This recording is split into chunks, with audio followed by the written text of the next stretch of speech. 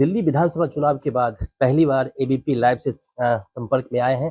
ये हमारे साथ मौजूद हैं दिल्ली प्रदेश कांग्रेस कमेटी के अध्यक्ष देवेंद्र यादव जी।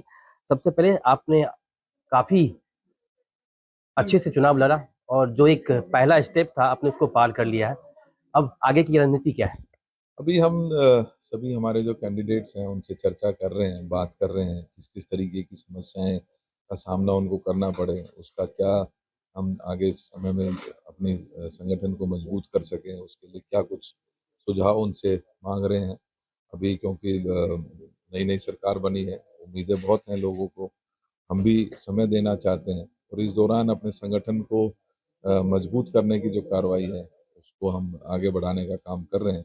मुझे पूरा भरोसा है कि हमारी दिल्ली की जो टीम है वो मजबूती के साथ दिल्ली की समस्याओं को, परेशानियों को, दिल्ली के मुद्दों को लगातार मजबूती के साथ उठाने का काम करती रहेगी। जो मौजूदा सरकार था, आपको उन्हें हटाने का मुहिम था, सबसे पहला आपने हटाया और अच्छा खासा आपने वोट भी लिया है। अपने अपनी बात करें और पूरे पार्टी की बात करें तो पार्टी अब मजबूत होगी, आगे वो रणनीति आपकी जो बनेगी। अब जो सरकार बनने वाली है उससे काफी अपेक्षाएं हैं लोगों को, तो क्या लगता है कि वो उनकी अपेक्षाएं पे उतरेंगे लोगों की अपेक्षाएं? देखिए, मुझे उम्मीदें बहुत कम हैं। भारतीय जनता पार्टी भी लगातार वही काम करती रही जो आम आदमी पार्टी ने पिछले 11 साल में दिल्ली में किया है। लेकिन दिल्ली की जनता ने उनको मैंडेट दिया है। मैं शुभकामनाएं भी दूंगा और चाहूंगा कि दिल्ली की समस्याओं का समाधान भारतीय जनता पार्टी करे। हमारा काम है कि उम्मीद के साथ साथ एक चेक और बैलेंस रखना, तो हम अपने विपक्ष की भूमिका निभाते रहेंगे। बीजेपी कह रही है डबल इंजन नहीं, अब ट्रिपल इंजन की सरकार दिल्ली में चलेगी। देखिए, इसमें कोई दो राय नहीं है। भारतीय जनता पार्टी लोकतंत्र का मजाक पहले से बनाती आई है। अभी भी जिस तरीके की बयान और जो ट्रेंड सामने आ रहे हैं उसमें वो भारतीय जनता पार्टी आम आदमी पार्टी को नेताओं को संपर्क कर रही है, उनके नेताओं को तोड़ने का काम कर रही है। तो कुछ भी नया भारतीय जनता पार्टी की इस राजनीति में दिख नहीं रहा है। लेकिन मैं ये चाहूँगा कि दिल्ली की जनता के सामने जो वादे किए हैं उनको पूरा करें और कोई भी बहाना, मैं मानता हूँ कि अब नहीं बचेगा। ट्रिपल सरकार होगी तो मुझे लगता है कि कोई बहाना भी फिर नहीं बचेगा कि किस वजह से कोई काम नहीं हो पाया। लिहाजा मेरी शुभकामनाएं हैं।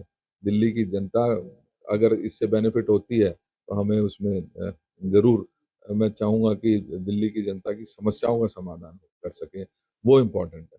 लास्ट सवाल है सर, अभी केजरीवाल जी का शीश महल पे अब जांच का आदेश हो गया सीबीएसई द्वारा, वहीं सत्येंद्र जैन पे भी जो गृह मंत्रालय राष्ट्रपति से मांग कर रहे हैं, तो कल क्या लगता है कि मतलब कि सत्ता से दूर होने के बाद आम आदमी पार्टी की स्थिति बहुत बुरी होने वाली है?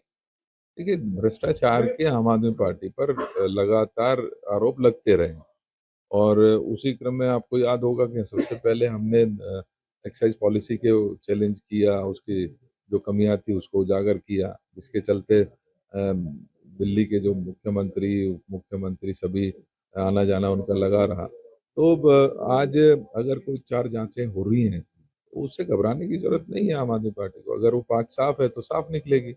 लेकिन कहीं ना कहीं चोर की दाढ़ी में तिनका जो बोलते हैं ना, 14-14 आप सीएजी की रिपोर्ट्स को दबा के रखेंगे सालों साल, तो वो सामने आनी भी चाहिए और मैं चाहूंगा कि वो सामने आए और जो उसके दोषी हैं उनको सजा मिलनी चाहिए।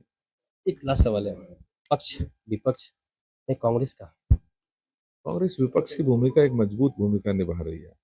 हम भले ही विधानसभा के अंदर नहीं है, लेकिन दिल्ली की जनता की जो नब्ज है वो कांग्रेस जानती है।